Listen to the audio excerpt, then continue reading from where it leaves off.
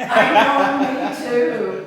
I actually wrote a little passage in my daily journal thingy, and the first thing popped in my head, comma. So every word of it, comma. That's the kind of thing we'll stay with you for a period. Yeah. Let's. We'll stay with you for All right, enough talking. Yeah, true. Enough. All right, so. Oh, and there's one more thing. What is it? You're like Columbo over there with the one more thing.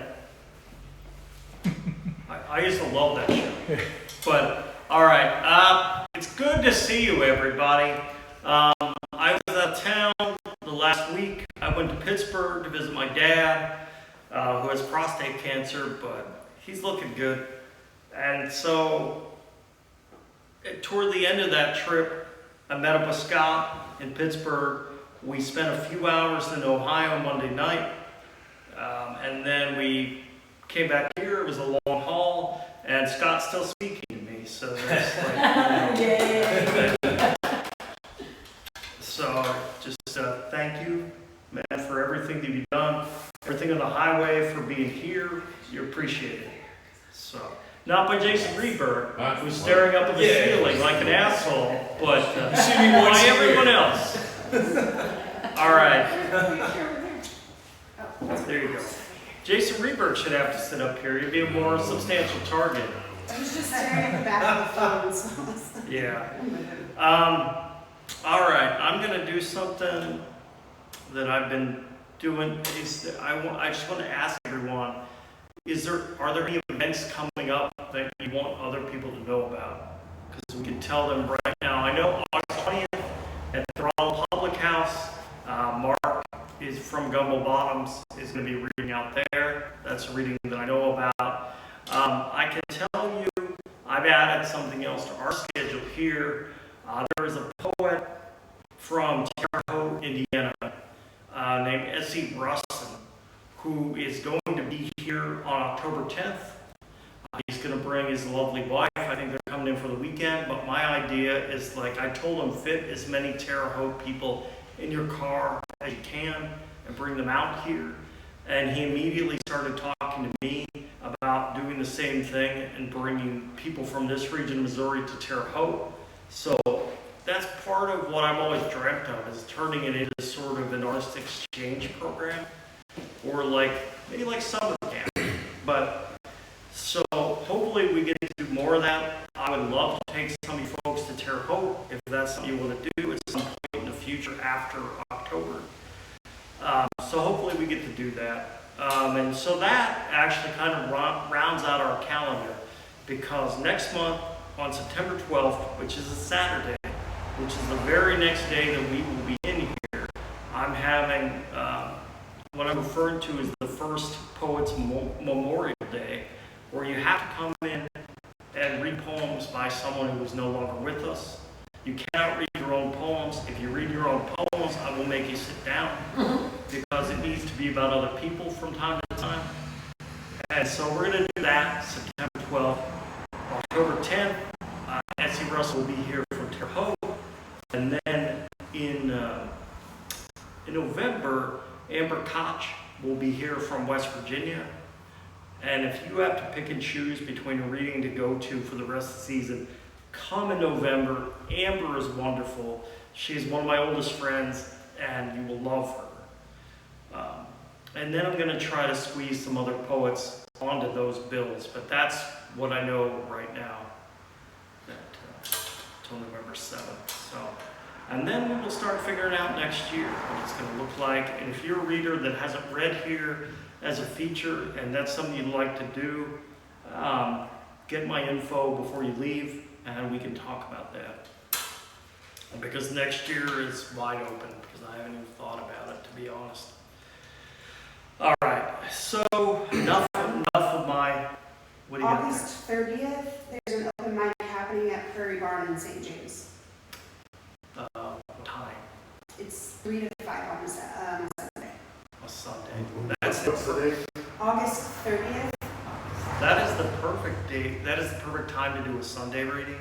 I like Sunday afternoon readings. Like, people get a chance to go to church if that's what they do, but then it's early enough to where you don't have to get prepared for work yet on Mondays, so.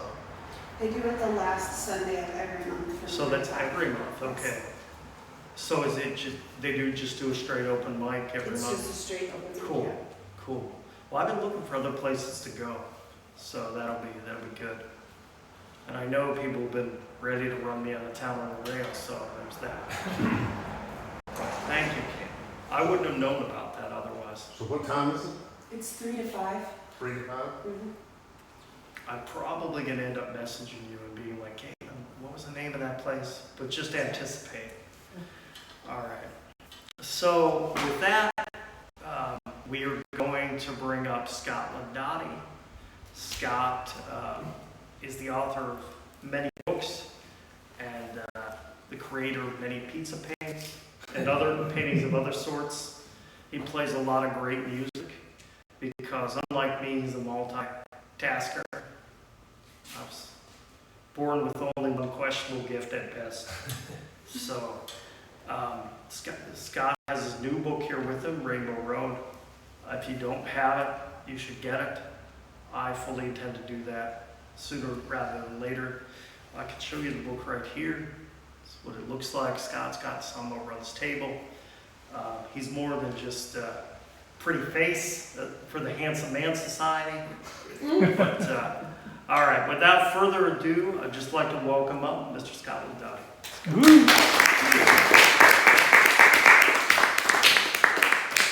Yeah, not a problem, brother. Okay, so this is my third time in Bell, Missouri. First time by yourself, I think. Yeah, and I don't know how many people from Central New Jersey can say that. Yeah. So, and the last one I think got kicked out. So thank you as always for bringing me back here every year. The first time I got here, I was very green with traveling and reading poems places. Like I didn't even know that that was a thing that you could do. And then I met people that Jason Greenberg and John Dorsey had a tour, and for a year or two, I thought that that was a great thing that I found that was going to change my life in a really positive way. But I don't know. Everybody I started with is now in rehab or has disappeared. And me and only one other guy's left from New Jersey who came out Because here. they weren't strong enough, Scott. That's right. Yes. We do have the heart of Buffalo. We are lucky men. But yeah, I don't know. Anyway, so this book is different than all my other books, and it's about leaving New York and like I have a girlfriend who has a regular job in normal life, and then getting on the road and touring and living my dream. Right, I read Kerouac when I was 15, and it was all I wanted to do, and now I get to do it. And you get the good with the bad, but I wouldn't trade it for anything. But there are some nights where I'm sitting out on my porch and I'm terrified of spiders rappelling off the ceiling towards me, and I'm wondering what the fuck I'm doing with my life. And this first poem is called A Life.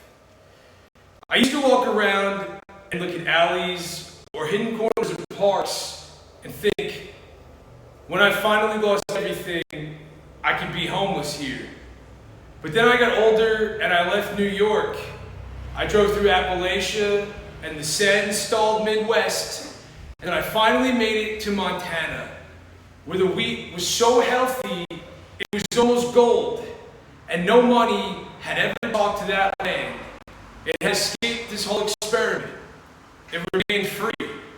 I saw myself as a successful writer looking out over that grass, and I thought, someday when I've had enough of this awful world, I can kill myself here.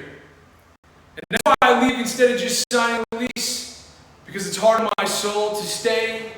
I hit a new city like a camera and memorize everything. And once I've drank in all the bars and had coffee in the morning, it's time to run. And it's the same conversation every time with my mother, with my girlfriend, that it's nothing they did. I just never learned to take life as it comes. There's never been a past. This is all new to me.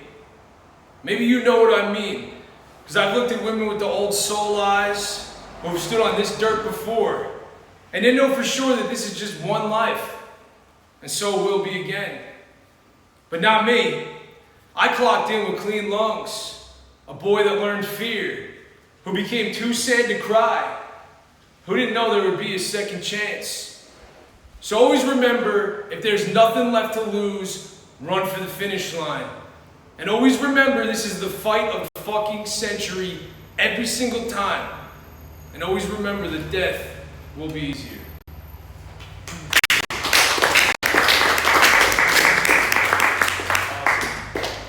Thank you. I used to say thank you after every poem, which I don't think is that weird, but then the guy after me was like, oh, how about the guy who says thank you every time he finishes a poem, and everybody laughed, so I never do it anymore. But, alright, so this poem, so the beginning of this book starts out with love poems and, a happy life, and then it gets through me traveling across the country, California, and coming to all these realizations. But this poem, My Bluest Valentine, I was a virgin when I was in high school going to my prom, and I had a best friend who killed it. So I was like going with a girl who was way out of my league, and I was like, how can I get laid? And he drew me a picture of a vagina, and he was like, this is what you need to do that. So that night in the Poconos, I attempted to do that. It's horrible. She didn't do it. He was like, once you do this, she'll take over and she'll take care of it. And she didn't do anything. We both just laid there for a while, and then I tended to fall asleep. And then my friend was like, holy cow, man, you really blew it. You never talk to that girl again. So I did it. And then I ran into her years later, and she was like, you're an asshole. You never called me again. Like, I really liked you. So this poem's for her. It's called My Bluest Valentine. Don't bake me a birthday cake this year. Let's go to Wawa and buy a carton of our old cigarettes, and then drive to the Poconos, to the mini golf, where we made dirty bets around the windmill, and then both of us got a rash that night from the heart-shaped hot tub. We can go back to your parents' basement with those wood panel walls, and that one cold night we slept under the heater, and you whispered to me, pretend it's Aspen. Let's get married this time like we swore we would at 17, when all we wanted was to do drugs and fall in love, and we were still young enough to be good at both.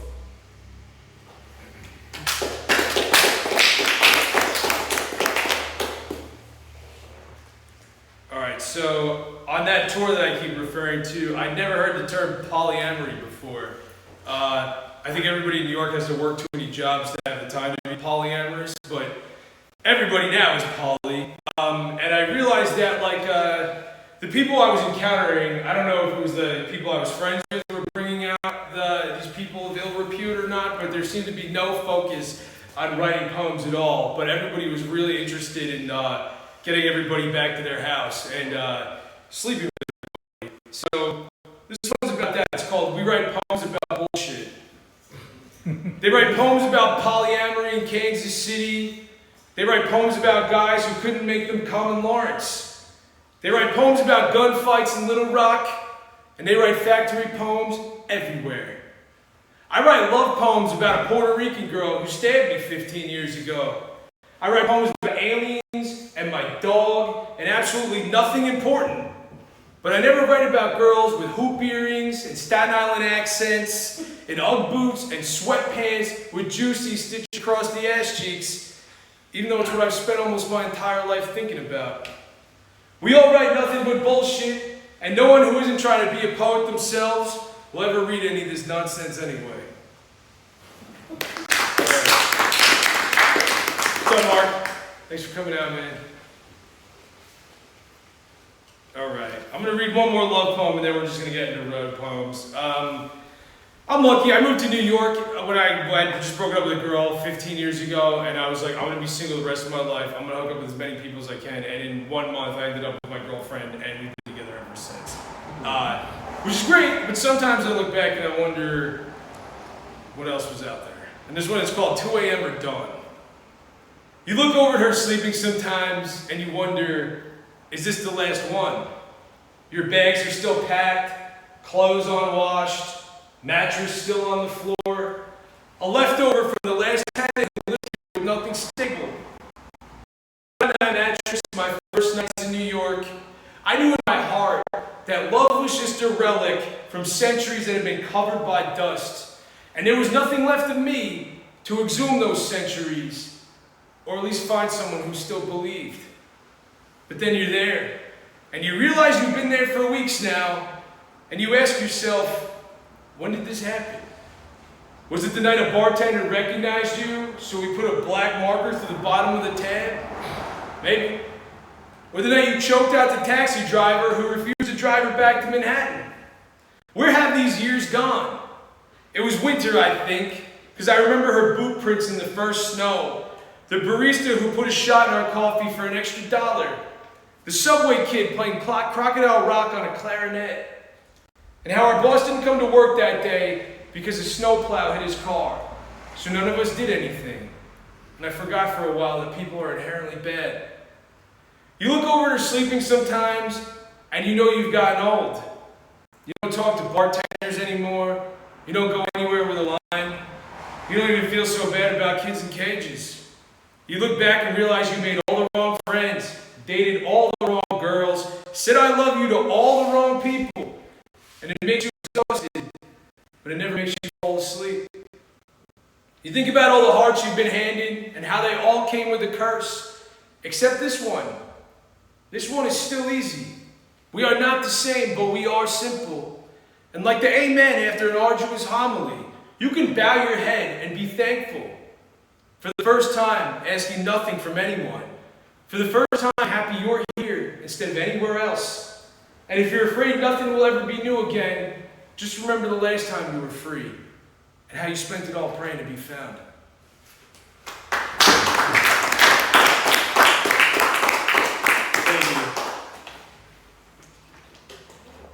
The luxury of this lifestyle is you get to go to places like Portsmouth, Ohio, which Jason Reberg has named the Paris of the Midwest. A favorite of his and a favorite of mine. This was the first stop when you get out of the East Coast that I went to, and I had no idea what I was in for. There's no place where wildlife and animals like these roam the cities. The country is on the precipice of its next riot, and the Casey's is fresh out of cheese pizza. I used to think about places like Tunisia and Medellin when I thought this life was fair, and these words would take me outside of ghettos and the last stop on the A train. But those dreams leave your head first. There's a quick first love, and then it's just the rest of your life. How many dollar slices can one stomach take? Are these fair thoughts when you're sitting in the theater the punks of Portsmouth managed to reclaim? So I'm a lucky man. I wrote a book and I got to see the country. I brushed my teeth on a deserted street and think about my father's face when I told him I just quit my union job and I was driving 400 miles to read poems for 6 minutes in Ohio. A shopping cart bumped passes behind us in silence. His throat is unslit, but his eyes are great by time. What's the point of locking this car? Because there's nothing of our lives anyone would want to steal. The tears of an empire have dried up. We don't cry. We're not curious. Is there a girl in Tunisia who dreams of Los Angeles? Because Americans don't even see America. But the sun still hangs over Portsmouth. The babies smile here like they do in every womb. And the single string of a violin sounds sad, whether you're on the rooftops or on the street. The last one to call a city home or the first one on the bus out.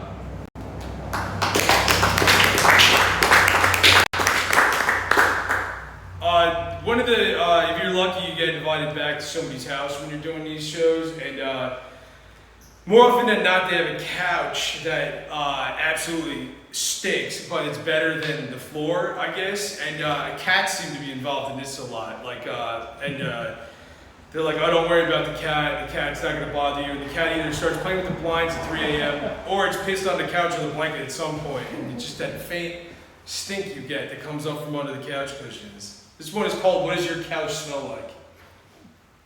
I only think about sleep now, not the after party or the stage, or what part of my poem I should yell at the audience to trick them into thinking what I'm saying is important.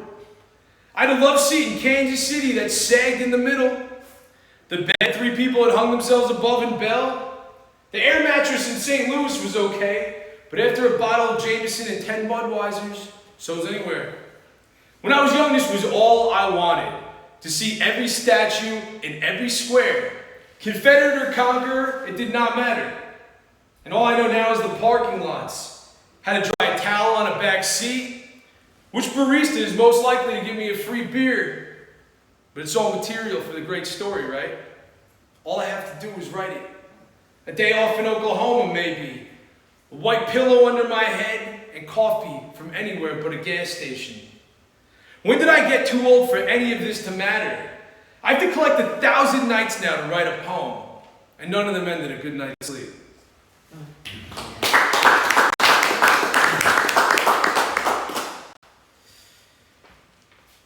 All right. This poem is called The December of Lost Poets. I thought there was something, I don't know, end-worthy about December. Toward the end of December has nothing to do with December, but it seemed like a good stopping point. And this was the last poem I wrote about being on this first tour that brought me out to Bell. There isn't a gas station bathroom a poet hasn't pissed in. There isn't a field that hasn't been puked in. There isn't a Rust Belt where dinner hasn't been skipped. No highway a poem wasn't written. No river a cigarette didn't swim. No couch that wasn't slept on. And no diner a eulogy wasn't spit. They invented the car, the highway, the gas station, the Slurpee, the French fry, the napkin. And they invented poets who read on them. But they didn't make a guardian angel of lost scrolls. No creature crawled out of the campfire to chase taillights down highways like dogs and boys screaming for a way out. The words in their men drank from back seats and parade through Main Street like conquistadors, always from a faraway home, leaving art and desecrated facades and hopefully a few converts to see again on the next voyage west. And then they get back in the car. The words remembered or forgotten. The poets homeless or employed, but nothing to collect the blood and pages from notebooks that beat their ends on the highway nights from Pittsburgh to Louisville. And then you're home, trying to sum it up in one conversation, remembering it's always hot, but somehow it's also always December, wondering why they pulled the jukeboxes out at every truck stop, and who's eating all the apple pie in Iowa, and asking how could everyone be Irish, but no one is singing these pirate tales over pints of frothing ale, giving a lifetime of sacrifice some meaning, or at least a spot in the history books or ghost stories, so on the right night they can come alive again, and convince the kids that the road is more than an executioner. It is a fountain of youth that kills you smiling. You'll die early because once you've found it, there's nothing left to search for. It's the third rail of the universe, and a good shot of it will push you through the portal. Have you ever wondered why poets never die in their sleep? Your curse is to limp from town to town until the fabric can be stitched back together. Maybe in Clovis, maybe in Cherokee. Never refuse a needle and a thread. Don't forget you can't be killed if you don't lie down. But the American grass makes a nice pillow if you need to rest your head for just a minute.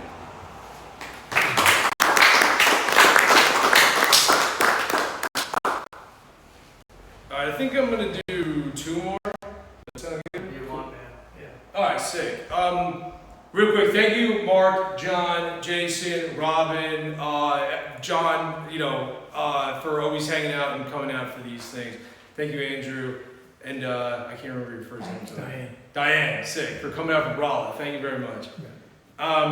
There's a love poem that's in here. I don't know why. Probably something I thought about while I was like in the backseat for 25 hours. It's called Autumn, a Finish Line. 20 years ago, we dragged the flame along the knife. You, me, opening our forearms and kissing the river to let love in. To be 20 and know all there is to know. Your spit, a communion, a movie on the TV, bleeding together all night. And now we bleed alone. On stage they called you Autumn. You were their favorite. You were mine too. But there was a theft, an empty chamber. And now when I see your mother's house, I wonder what precious thing backed all that currency. Or were you ever worth a broken back? Were you even real at all? It's autumn now, but the leaves are still green. It's a desert always, even when the trees are full and Brooklyn sinks a little lower with each new rain. I think about words that leave their root and become a philosophy. the desert, Wall Street, love, America, and my favorite, Las Vegas. Remember the chapel where the dead came back to life and Buddy Holly sang the Requiem to a future many have tried, but we were going to beat them all. A black veil, a highway back to New Jersey, a couch with a dog, a plant in the window, a good life. Now I'm seeing 40 and I know nothing except that everything ends. And when you look back a decade or so later, you can't even be sure it was really you who went through it.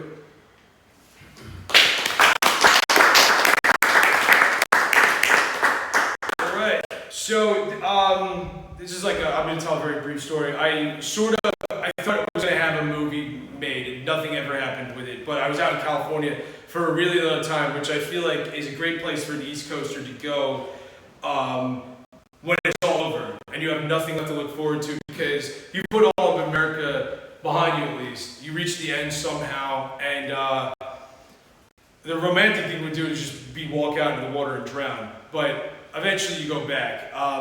And I was in San Francisco at this moment when I found out nothing good was ever going to happen in my life. And I looked at my girlfriend who was with me, who had dedicated a lot of years to sitting around waiting for something to happen. And I realized that I think I took most of her, well, all of her youth, but wasted most of her life. It's called Outer Sunset, and it's a beach in San Francisco. There's a ghost ship beyond the breakers of Ocean Beach. And this low tide dragged far out makes it look even larger and more haunted. Everything in San Francisco sounds like a movie or a song you've heard only once and exists on the periphery, nameless and glowing in a way only the past can refine. The sidewalk down Outer Sunset is filled with new parents and their new children. My girlfriend has to drop my hand to let them pass, and of course I see her eyes, lighting up her face like an exhibit in a showroom, watching life and family breeze between the two of us until our hands join again. I know what I've taken from her. I'm selfish. My hourglass has never been far from my thoughts. But she's a reef. A million mouths could have fed from her. On the black sand of this shore, at the end of America, I want to stick my knee in the surf and ask her. It's the only thing I haven't asked of her. How can I make up for the years she's spent in Harlem, in Williamsburg, waiting while I get into someone's car and drive west, always chasing something that takes and never gives, vanishing for a month while the only thing that matters sits patiently at home? I've known since birth that a good life was not in my cards, but couldn't I give one to someone else?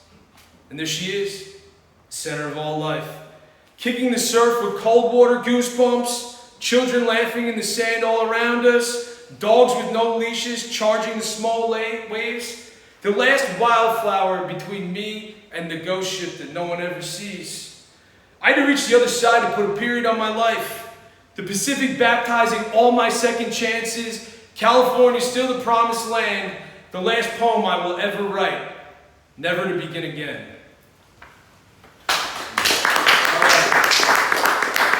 Thank you very much. This is my new book, Rainbow Road. My name is Laudati. Everybody knows me here anyway, but we'll be here afterwards if you want to hang out. Thanks, man.